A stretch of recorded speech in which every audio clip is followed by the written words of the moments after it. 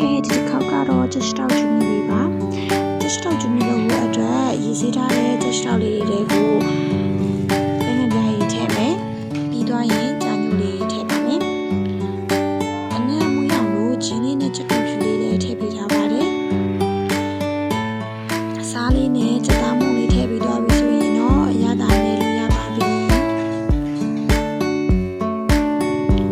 နေပြီးတော့ဆိုရင်တော့အရသာပိုစိတ်ဝင်အောင်လို့ရေခဲတက်ထားတဲ့မှာနိုင်ဝက်လောက်ထားထားပါမယ်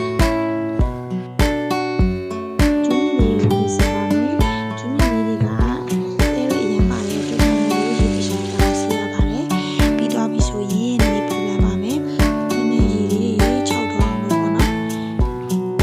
ခုဆိုရင်နိုင်ဝက်လောက်ရှိပြီဆိုတော့ချက်ယူလေးကိုစားပြီးတော့ပြုတ်ပါမယ်မပြုတ်ခင်အရင်ဆုံးအရသာလေးအယူအရည်လေးတွေစိတ်ဝင်တော့လို့လော်ပေးပါမယ်ချက်သားနေထားတဲ့အရည်လေးကုန်သွားတဲ့အထိလော်ပြီးသွားပြီဆိုမှပြုတ်ယူလေးကိုထည့်ပြီးတော့ချက်သွားတဲ့အထိပြုတ်ပေးရပါမယ်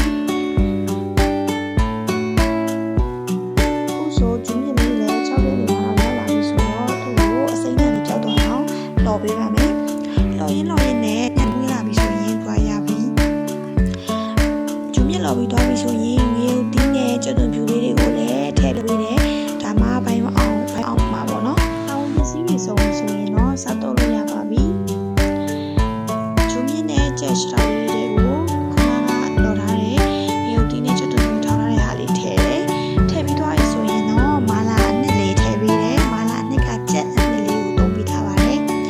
သူကအထုပ်သေးတစ်ထုပ်လုံးထည့်ထားတယ်အဲ့ဒါဆိုရင်တော့ရွှေရွှဲလေးနဲ့ပို့ပြီးတော့နေလို့လည်းကောင်းတယ်ရတာလည်းပိုရှိရပေါ့နော်နောက်တစ်ခုအနေနဲ့မာလာအမောက်လေးထည့်တယ်မာလာအမောက်လေးထည့်ရပြီထုံနဲ့အရင်တော့အရင်လိုရမကြိုက်တော့ထုံနဲ့မှုတော့အထုံလုံးထည့်ထားပြီပေါ့နော်အဲ့ဒါဆိုရင်တော့နှံ့အောင်လို့နေပြရပါမယ်နေပါတယ်နှံ့အောင်လို့ထပ်နေပါတယ်နှံ့စီလေးလည်းကြိုက်လို့နှံ့လေးပါတခါလေးထည့်ပြီးတော့နေလိုက်ပါတယ်ဒါဆိုရင်တော့စားလို့ရသွားပါပြီဒါပေမဲ့သူကလေနေပြီးချင်းစားရင်အရသာကအဲ့လောက်ရှိမနေဘူးသူ့ကိုရေခဲတက်တာထဲမှာတစ်နာရီ2နာရီလောက်နှက်ပြီးစားရင်ပိုကောင်းတယ်အရန်စားကောင်းလို့အိမ်မှာဆိုရင်တစ်လထဲမှာတော့3ခါလောက်စားဖြစ်သွားပါတယ်